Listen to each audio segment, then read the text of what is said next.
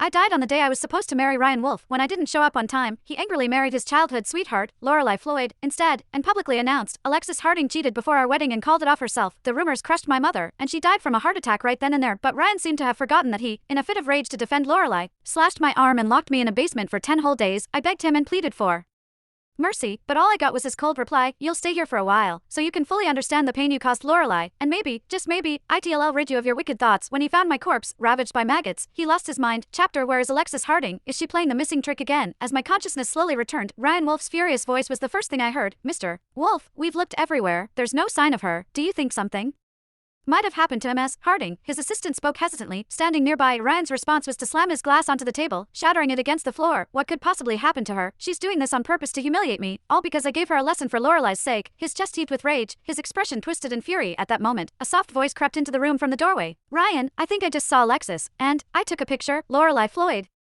acting as if she had discovered something precious, held out her phone for Ryan to see. In the photo, it was unmistakably me, standing with my childhood friend, Scott Caldwell. Ryan's eyes locked on the image, and he gritted his teeth. How dare she betray me? She even skipped our wedding to mess around with some other guy. She's really something. As I looked at the pure hatred on his face, my heart had already gone numb. He was always like this.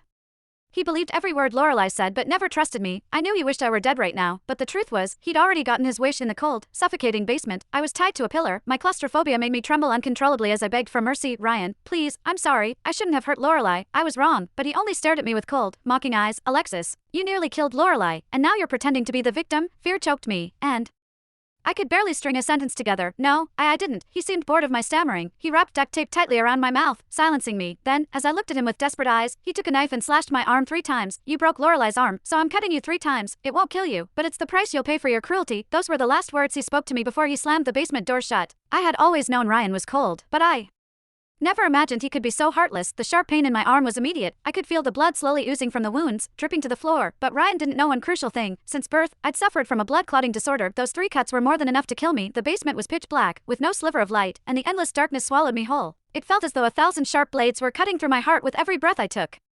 And the pain became unbearable. The sound of my muffled cries echoed in the cold, empty room. I didn't know how much time had passed before I finally closed my eyes, welcoming the release from this torment. Chapter: Ryan, what do we do now? There are so many guests outside. Lorelai blinked her large, innocent eyes, looking every bit the pure angel she pretended to be. "It's all my fault. I'm sure Alexis didn't show up because she's mad at me. I'm so sorry, Ryan." As her eyes began to well up with tears, Ryan immediately softened, his anger fading away. He gently pulled her into his arms, running his fingers through her long, dark hair. "It's not your fault. It's her fault for not showing up to the wedding and running off with some other man. She's the one to blame." Lorelai snuggled into him, sobbing as if she had suffered the greatest injustice. "Hey, don't cry. I know you're upset about me,